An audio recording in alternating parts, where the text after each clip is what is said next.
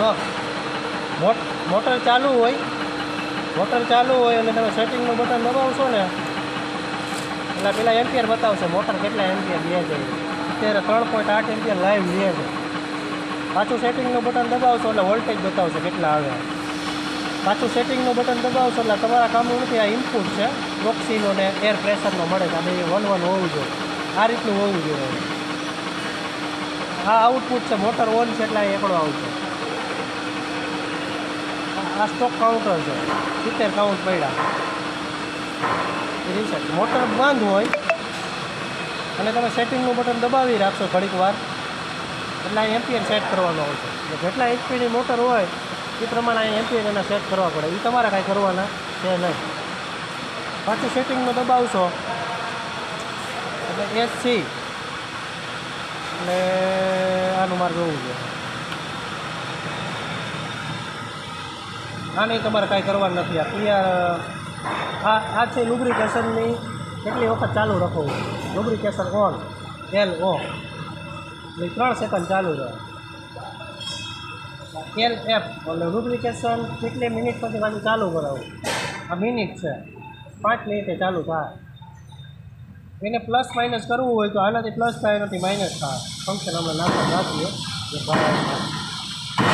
આનાથી પ્લસ આનાથી માઇનસ થાય. પાછું દબાવશો આ સ્ટોક કાઉન્ટર. આને રીસેટ કરવા માટે રીસેટનું બટન 3 સેકન્ડ દબાવી રાખો. રીસેટ આ જે પોઝિશન છે આ મેન્યુઅલની અંદર તમે મોટર ચાલુ કરી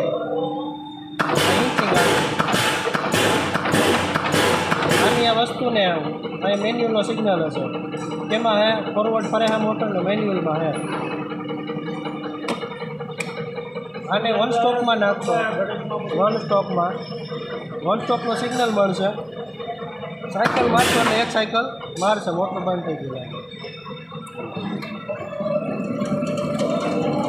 મોટર ચાલુ હે.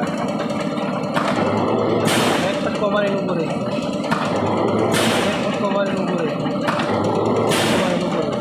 આની આ સિલેક્ટરને ઓટોમાં નાખશો. ખુલ્લી ઓટો સાયકલ ચાલુ કરશો. કન્ટિન્યુ હાલ્યા રાખો. આ એરર આવે છે હમણાં વહી ગયા. સેટિંગ બાકી સ્ટોક કાઉન્ટ બતાવો. 12 વહી ગયા સ્ટોક કાઉન્ટ બતાવો.